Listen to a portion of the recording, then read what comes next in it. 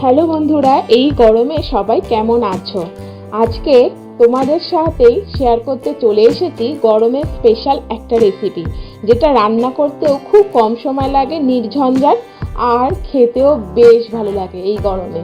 তো সেটার জন্য আমি প্রথমে বেগুনটাকে এরকম গোল গোল করে কেটে নিয়েছি। তোমরা তোমাদের পছন্দ মতো বেগুনটাকে শেপ দিয়ে কেটে নিতে পারো, গোল, লম্বা, চৌকো, যেভাবে ইচ্ছে। তো আমি এরকমভাবে করে কেটে নিয়েছি। এবার একটা বাটিতে দই নিয়ে নিয়েছি, তার মধ্যে 1 চামচ চিনি আর প্রয়োজন মতো নুন দিয়ে ভালো করে ফেটিয়ে নিচ্ছি। আচ্ছা, আমি এখানে বলে রাখি, চিনিটা আমি দিয়েছি আমার স্বাদের জন্য। এই রান্নাটাতে চিনি ব্যবহার হয় না। তোমরা যদি চাও চিনি ব্যবহার করতে পারো, কিংবা চিনি নাও ব্যবহার করতে পারো। দইটা একটু টক ছিল বলে আমি একটু চিনি ব্যবহার করেছি। এবার বেগুনটা ধুয়ে জল ঝরিয়ে রেখেছিলাম, তাতে নুন মাখিয়ে তার মধ্যে আবার একটু হলুদ আর লঙ্কার গুঁড়ো মাখিয়ে রেখে দেবো 5-6 মিনিট।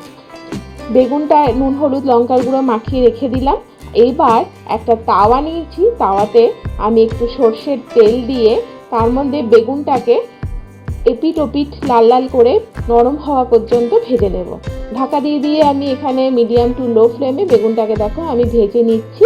বেগুন ভাজা হয়ে গেলে তারপরে আমি ওই তাওয়াতেই একটু ফোড়ন দিয়ে নেব। তার আগে আমি একটা মিডিয়াম সাইজের পেঁয়াজকে কুচি কুচি করে কেটে নিয়েছি। পেঁয়াজটা কুচানো হয়ে গেলে, আর এদিকে আমাদের বেগুন ভাজাও হয়ে গেছে, বেগুনগুলোকে তুলে নিয়ে আমি ওটাকে দইয়ের মধ্যে দিয়ে দেব।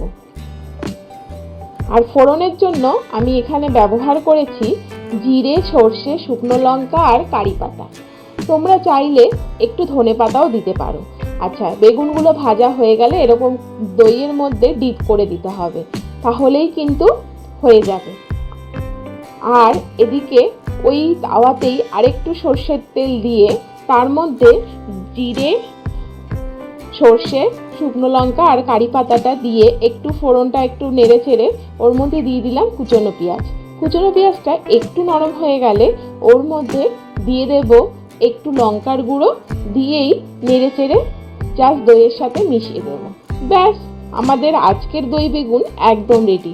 কি সহজ না? খেতে কিন্তু ভীষণ ভালো লাগে এই গরমে। তোমরা এইভাবে করে দই বেগুন বানিয়ে দেখতে পারো।